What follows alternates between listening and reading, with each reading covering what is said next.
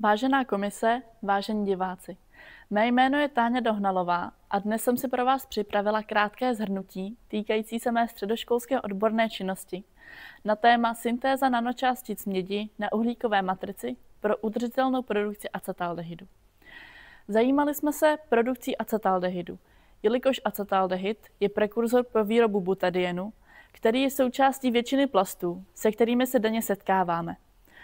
Zajímavé je, že až 95% produkce acetaldehydu pochází z ropného průmyslu, který sebou, kromě zpracování ropy, nese i spoustu jiných negativních vlivů, jako je například znečištění ovzduší, produkce oxidu uhličitého a následný skleníkový jev. Proto je třeba nahradit průmyslovou produkci acetaldehydu ekologickou cestou. Řešením by mohl být tzv. Lebeděvův proces. Jedná se o dvoukrokovou syntézu butadienu z etanolu. My jsme se v našem výzkumu zajímali o první krok. Katalytickou dehydrogenaci etanolu na acetaldehyd.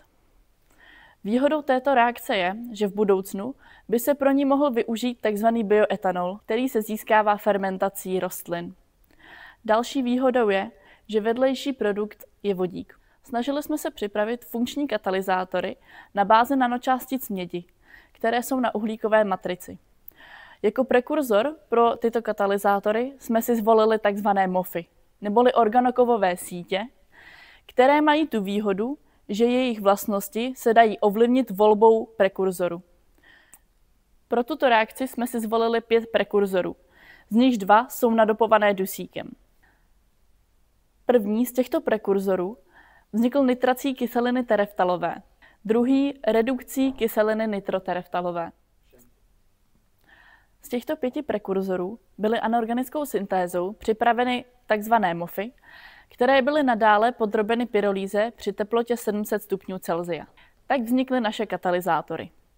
Ty byly nadále testovány a charakterizovány různými metodami. Jejichž výsledky vidíte v této tabulce. Zejména bych upozornila na aktivní povrch a velikost nanočástic, které budou podstatné při katalytických vlastnostech.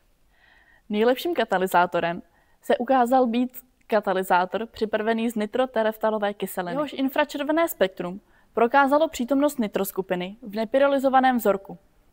Dalšími vlastnostmi, které se nám podařilo zjistit, je například aktivní povrch, který je 7 m2 na gram.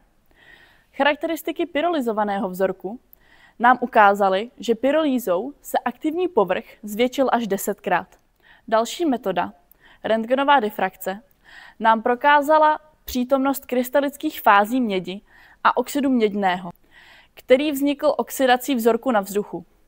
Nám to ale nijak nepřekáželo v katalýze, jelikož před každou katalýzou byl vzorek redukován.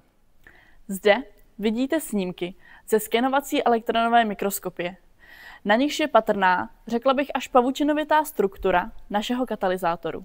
Zde můžete vidět grafické zpracování snímku, ukazující velikost jednotlivých nanočástic. A teď už k výsledkům samotné katalýzy.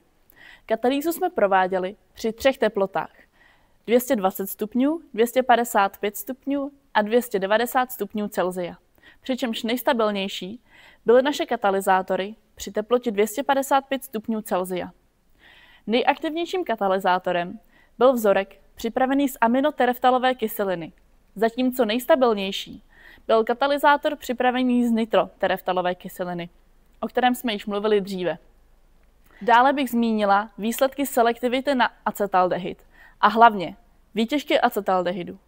Jelikož při porovnání s literaturou jsme zjistili, že nejaktivnější katalyzátory z literatury mají výtěžek acetaldehydu zhruba 6 gramů na gram katalyzátoru za hodinu, zatímco naše katalyzátory, konkrétně katalyzátor připravený z aminotereftalové kyseliny, vykazoval výtěžek acetaldehydu až kolem 10 gramů acetaldehydu na gram katalyzátoru za hodinu, což dokazuje vysokou selektivitu a aktivitu našich katalyzátorů.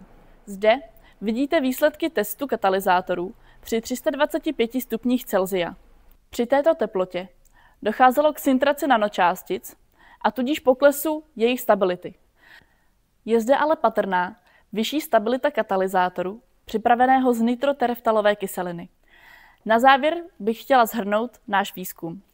Podařilo se nám připravit 5 inovativních katalyzátorů na bázi organokovových sítí, které vykazovaly vysokou aktivitu, selektivitu i stabilitu při porovnání s literaturou. Podařilo se nám ověřit, že dusíkem nadopovaná matrice pomáhá ke zvýšení stability jednotlivých katalyzátorů. Závěrem bych chtěla poděkovat vedoucímu mé práce, magistru Tomáši Pokornému, mému konzultantu doktoru Eriku Kalovi a potom také Masarykově univerzitě za poskytnutí prostor a přístrojů při mém výzkumu. To je ode mě vše, já vám moc děkuji za pozornost.